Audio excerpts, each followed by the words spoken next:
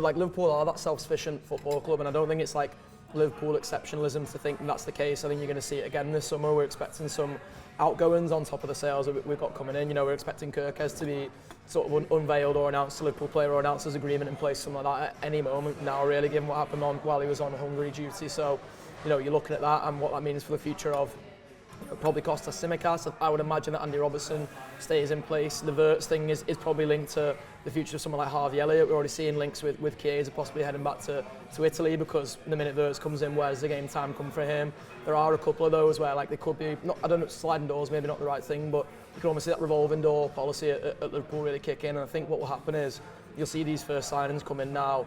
There'll be that break for the Club World Cup where the transfer window randomly closes again, and then once it reopens again, I think Liverpool make some serious sales in the second half. Yeah, Liverpool have been a brilliant selling club over the years, and you know, obviously that's an important part of their strategy. Look, they've let a few away on a free, but again, that's part of the strategy. You can see their clear sort of policies and their values that they hold whenever they're in the transfer market, and that's what I like about it. You can sort of see a coherent plan that's been over years. Yeah, and the lads that let go for free are not £80 million footballers. They're some of like the 20 and 30 lads, which I think you can. I mean, apart from the recent one, like, but yeah, that was sort of out of their control. I think, you know, I think there's going to be a lot of money made by Liverpool this summer in terms of player outgoings, probably to the extent even when you're signing a £120 million footballer, it might be one of those at the end of the summer. The net spend doesn't look that high.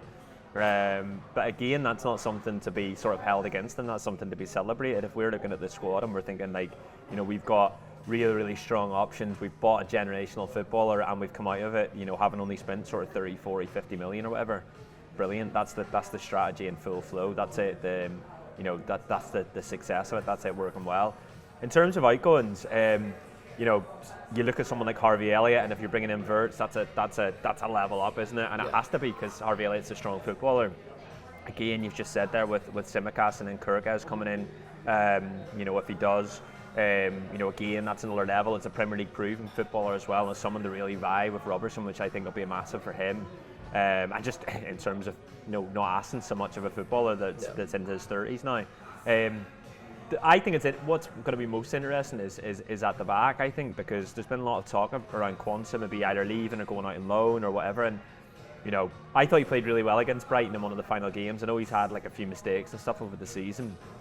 I think he's maybe one they'll still have a bit of a look at over the summer, because they've obviously looked at Hoyce and not been able to get him. Depends whether they've got someone that they really like, because again, part of the strategy is if we don't really like him, we're not gonna bend and go for someone that we're not sure on. We'll hold what we have, because 50% of transfers, you know, don't cut, you know, aren't successful, and so I think that'll be the interesting one. I think that's where they might be a bit more opportunistic, and that might be one where when we get these Wirtz and Kirkes, and we've got Frimpong done already, and they're all done by sort of end of June, and then we're sat in July going, well, we need this and we need that, and we're getting a little bit frustrated. That's where I think it'll be in defence where we might sort of go into the new season and actually go, well, actually, Chugam has looked all right, you know, Quansah looks okay, until we've got someone really sure of, then you know, we'll keep what we have.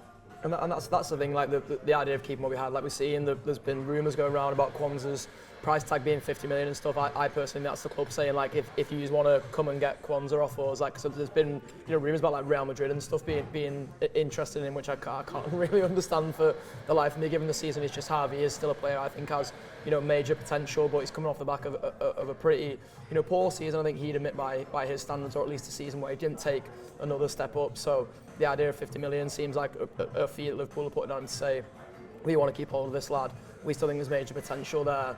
As you say, we want to go into the season with him as one of the options. And then Joe Gomez, you know, he was someone who was linked with a move away last summer while we're being linked with Lenny Yoro. I think the profile of player we're being linked with the centre half is pretty clear that it's going to be a, you know, we think this is a lad who's good right now, but it's one for the future. Like Howson was 19, Yoro I think at the time was just 18 as well.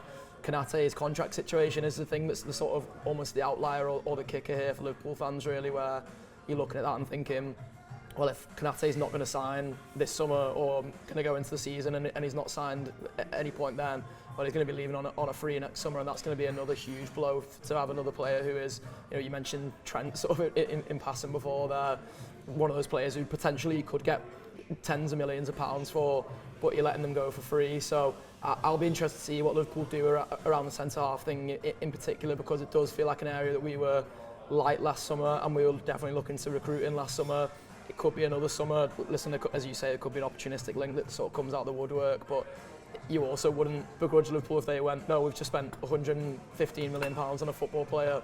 We're not going to go out and sign that centre-half we want now, because the lad who we do want is 19 and costs upwards of 50 million or something like that.